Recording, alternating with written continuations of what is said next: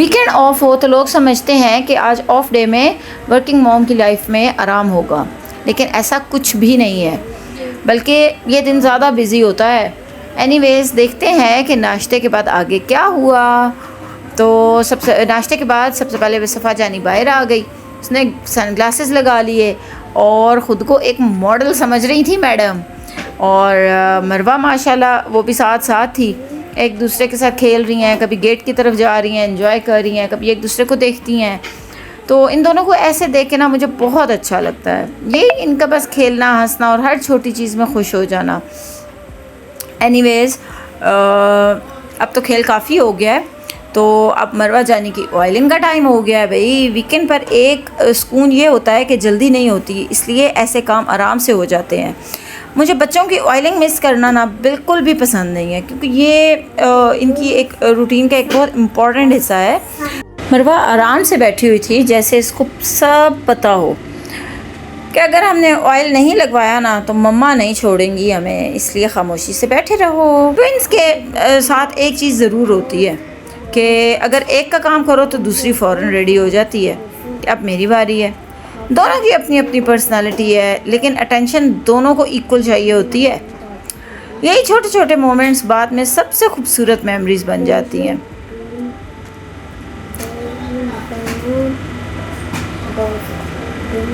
ये देखें जी, सफ़ा जानी की ऑयलिंग हो रही है और माशाल्लाह दोनों बास्केट्स पे बैठी हैं। ना तो खड़ी हो रही थी, ना किसी और चीज़ पे बैठ रही थी। बास्केट पे बैठना है भाई।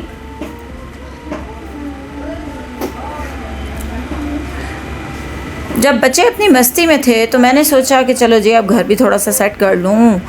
सच बताऊँ तो क्लीनिंग कभी ख़त्म नहीं होती। एक जगह साफ़ करो तो दूसरी जगह गंदी हो जाती है, या एक जगह से सब कुछ समेटो तो दूसरी जगह सब बिखरा पड़ा होता है। बच्चों वाले घर में ना असल में यही सब होता है। बस आप दिन रात भी क्लीनिंग करते रहो और सब कुछ आप ऑर्गेनाइज़ करके रखते रहो ना, फिर भी सेट नहीं होगा और ना ही आपका काम ख़त्म होगा। लेकिन मुझे अच्छा लगता है, मतलब जब आहिस्ता आहिस्ता सब कुछ अपनी जगह पर आ जाए। थकन तो ज़रूर होती है, मगर यह है कि साफ घर देख कर ना दिल को भी सुकून होता है। बख्तावर आज मेरी लिटिल हेल्पर बनी हुई थी, खुद ही डस्टर पकड़ कर सफाई कर रही थी। और बच्चों के ऐसे मोमेंट्स देख कर ना दिल खुश हो जाता है, जब वो छोटी उम्र से ही घर के कामों में इन्वॉल्व होते हैं और रिस्पॉन्सिबिलिटीज़ को पूरा करते हैं, तो उन्हें देख के मज़ा भी आता है। चलो जी, अब दोनों ट्विंस की बारी थी। इनको जल्दी जल्दी से नहलाया क्योंकि अभी बहुत ज़्यादा काम बाकी था। तो नहाने के बाद साफ़ सुथरे कपड़े पहने और बस दोनों एकदम से फ्रेश लग रही थी। तो ज़रा बाल बनाए और फिर हमेशा की तरह रेडी। ठीक किया ना, दोनों अपनी ही दुनिया में मगन।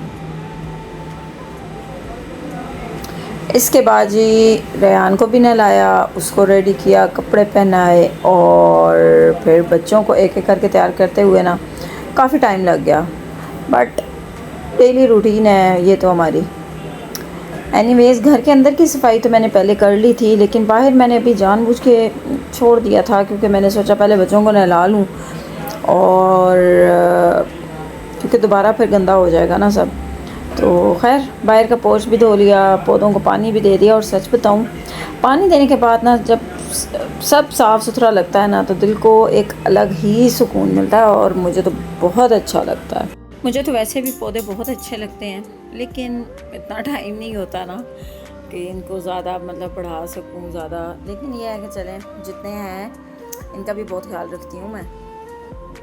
मुझे अच्छे लगते हैं घर में पौधे बड़े हुए, मतलब घर भी प्यारा लगता है ना पौधों से। एनीवेज, एंड पे सबसे इम्पोर्टेंट काम, और वो था बेबीज़ को खाना खिलाना। तो मैंने उनको आज खाने में योगर्ट दिया, सफ़ा मरवा को और साथ रेयान को भी।